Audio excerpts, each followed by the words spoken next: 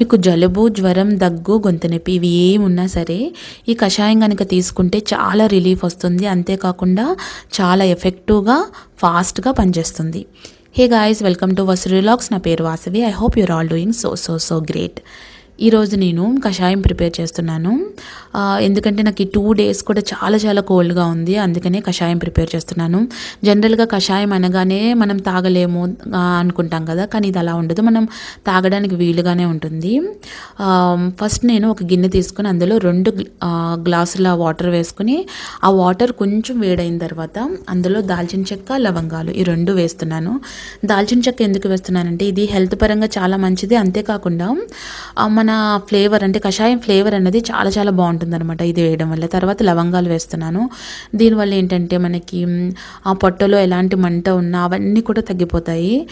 అంటే stomach ulcers అనమాట, అవన్నిటి నుంచి రిలీఫ్ పొందుతాము. అందుకని లవంగాలు వేస్తున్నాను. తర్వాత ఇందులో మనం వేయాల్సింది ఏంటంటే అల్లం, మిరియాలు ఈ 2 కూడా ఈ కషాయానికి చాలా మెయిన్ అనమాట. అల్లం క్వాంటిటీ ఎక్కువ తీసుకోవాలి. దాన్ని దంచుకుని కానీ లేదంటే కట్ చేసుకుని కానీ ఇందులో వేసుకోవాలి. అల్లం వల్ల ఏమవుతుందంటే మనకి రెగ్యులర్గా ఈ టైంలో మార్నింగ్ సిక్నెస్ అలాంటివి ఉంటాయి కదా, వాటన్నిటి నుంచి మనం రిలీఫ్ పొందుతాం. అంతేకాకుండా మనకి ఏదైనా ఒంటి నొప్పి అలాంటివి ఉన్నప్పుడు కూడా మనం చాలా రిలాక్స్గా ఫీల్ అవుతాం అన్నమాట. సో అల్లం వేసిన తర్వాత కొంచెం సేపు తిప్పాలి.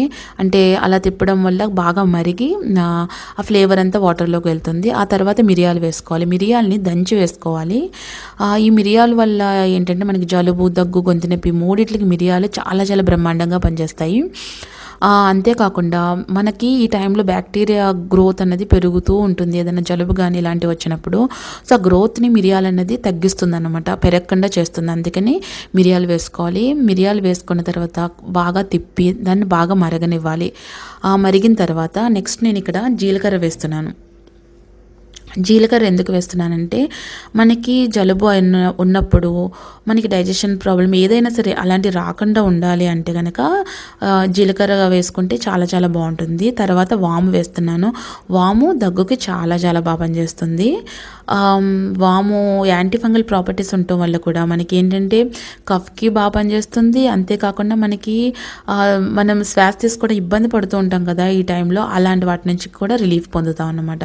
సో ఇవన్నీ వేసిన తర్వాత బాగా మరగనివ్వాలి. ఇక్కడ మీరు పసుపు కూడా యాడ్ చేయొచ్చు, బట్ నేను ఈరోజు కషాయంలో అది యాడ్ చేయట్లేదు. మీకు ఇంట్రెస్ట్ ఉన్న వాళ్ళు అది కూడా యాడ్ చేసుకుంటే ఇంకా బాగుంటుంది. సో ఇదంతా మరిగిన తర్వాత ఇందులో ఏంటంటే బెల్లం యాడ్ చేసుకోవచ్చు. అంటే ఇది ఆప్షనల్ మాత్రమే. నేను టేస్టీగా తాగాలి అనే ఉద్దేశంతో ఈరోజు నేను బెల్లం యాడ్ చేశాను. లేదు డైరెక్ట్గా అలా తాగగలము అనుకున్న వాళ్ళు ఎవరైనా సరే బెల్లాన్ని స్కిప్ చేయొచ్చు అనమాట. సో నేను ఈరోజు టేస్టీగా తాగాలి అనిపించింది, అందుకనే బెల్లాన్ని యాడ్ చేశాను. సో ఇదంతా కూడా బాగా మసలనివ్వాలి. అలా తిప్పుతూ బాగా మరిగితే చాలా అంటే వేసినవన్నీ బెనిఫిట్స్ మనం పొందాలి అనుకుంటే కనుక అలా మసలనివ్వాలి. అలా అయిన తర్వాత మనం దీన్ని స్టవ్ ఆఫ్ చేసుకుని మూత పెట్టి 5 minutes అలా ఉంచిన తర్వాత మనం ఫిల్టర్ చేసుకోవాలి.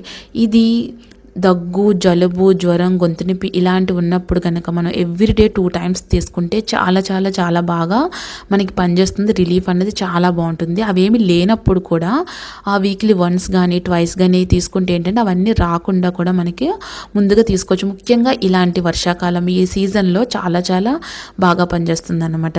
Thank you for watching. Bye.